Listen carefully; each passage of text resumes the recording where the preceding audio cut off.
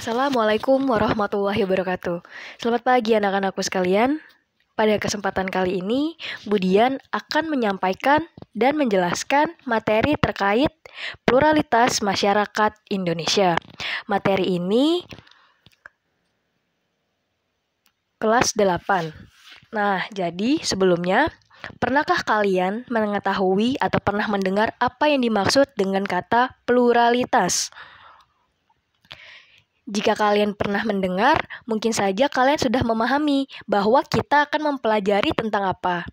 Jika belum, Ibu akan menjelaskan materi hari ini supaya kalian bisa memahami apa yang dimaksud dengan pluralitas dan kaitannya dengan masyarakat Indonesia atau apakah pluralitas masyarakat Indonesia itu.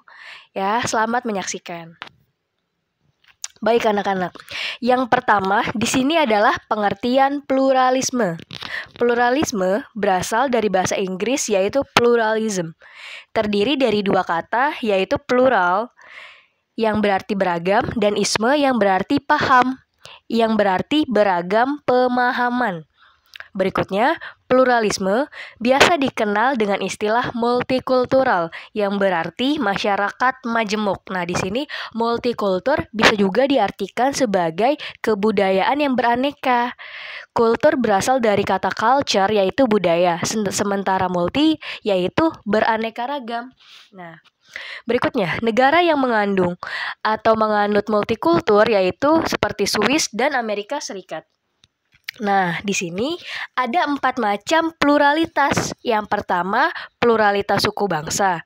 Yang kedua, pluralitas kebudayaan. Dan yang ketiga, pluralitas agama. Dan yang terakhir, ada pluralitas mata pencaharian. Bisa kita lanjut ya, Nak? Jadi, selama proses pembelajaran ini, video ini didengarkan, kalian harus tetap fokus. Coba di situ bisa terlihat peta Indonesia dari Sabang sampai Merauke, dari Sumatera sampai Irian Jaya. Indonesia merupakan negara yang kepulauan yang wilayahnya dihuni oleh berbagai suku bangsa. Keberagaman disebut juga sebagai pluralitas atau kemajemukan. Nah, berikutnya di situ ada gambar pakaian adat dari Indonesia, dari berbagai provinsi yang ada di Indonesia. Selain pluralitas, ada pula konsep lain, yaitu konsep multikultural yang merupakan masyarakat dengan anggota terdiri dari berbagai golongan, suku bangsa, ras, agama, dan budaya. Yang pertama, kita masuk ke dalam pluralitas agama. Di sini bisa terlihat, yaitu yang pertama ada gambar kelenteng. Kelenteng ini adalah tempat ibadah untuk umat yang beragama Konghucu. Berikutnya, di sini ada pluralitas atau perbedaan budaya. Terdapat sejumlah perbedaan budaya di Indonesia yang difaktori: satu, keadaan geografis, kedua, pengaruh kebudayaan asing, dan yang ketiga, keadaan iklim. Berikutnya, ada perbedaan suku bangsa. Berdasarkan sensus tahun 2010 mencatat terdapat 1.128 suku bangsa yang ada di Indonesia. Beragamnya suku bangsa dan kebudayaan di Indonesia akan menimbulkan seni budaya yang berbeda dari setiap daerah tersebut. Dikarenakan setiap suku pasti memiliki kebudayaannya sendiri. Berikutnya, ada pluralitas atau perbedaan pekerjaan. Berbagai sektor lapangan usaha di Indonesia mengakibatkan terdapat beragamnya pekerjaan di Indonesia. Tenaga kerja yang ada bekerja di sektor usaha formal dan ada yang bekerja di sektor usaha informal atau non-formal. Berikutnya, jadi kita itu harus mewujudkan masyarakat multikultural. Dengan cara apa? Nah, masyarakat multikultural adalah masyarakat Indonesia yang mengakui adanya beragam keunikan dan keberagaman budaya di Indonesia.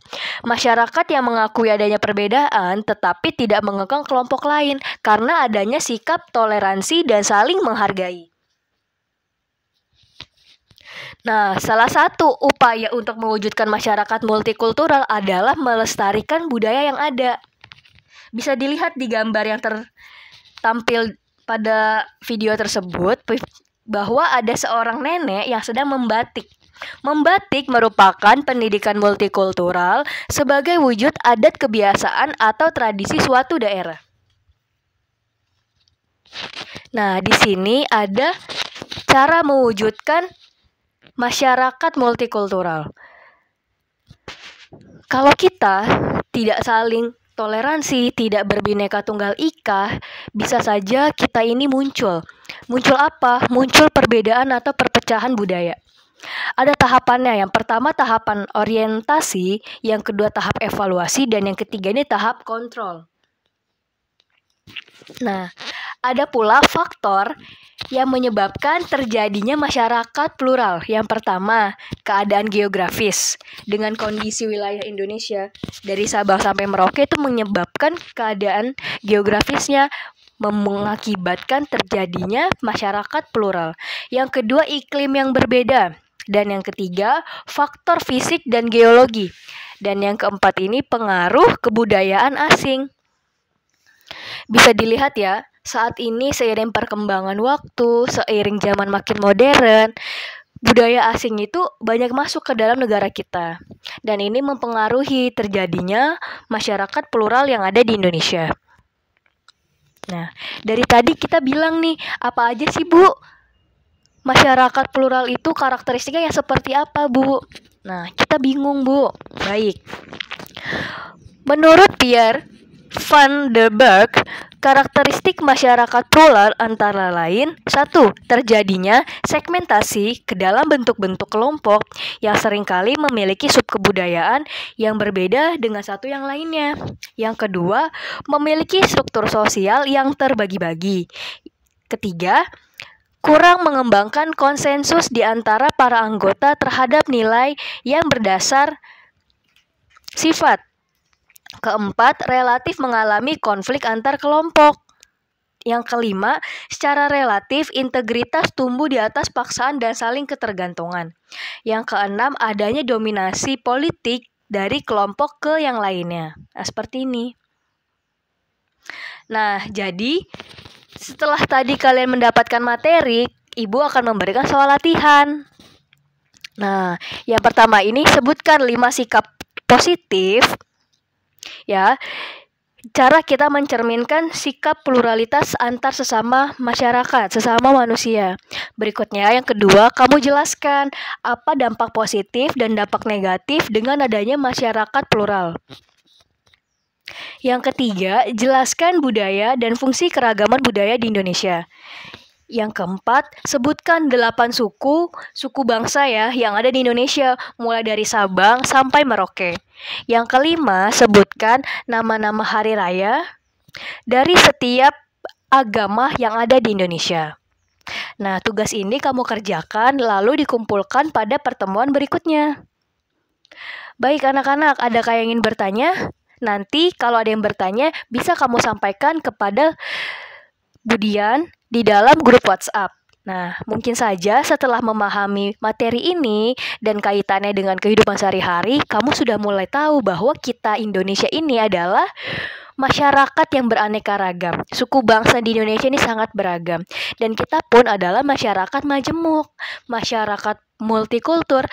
Dan semuanya ini kita termasuk ke dalam pluralitas seperti itu. Baik anak-anak, terima kasih untuk pertemuan hari ini. Sampai jumpa di pertemuan berikutnya.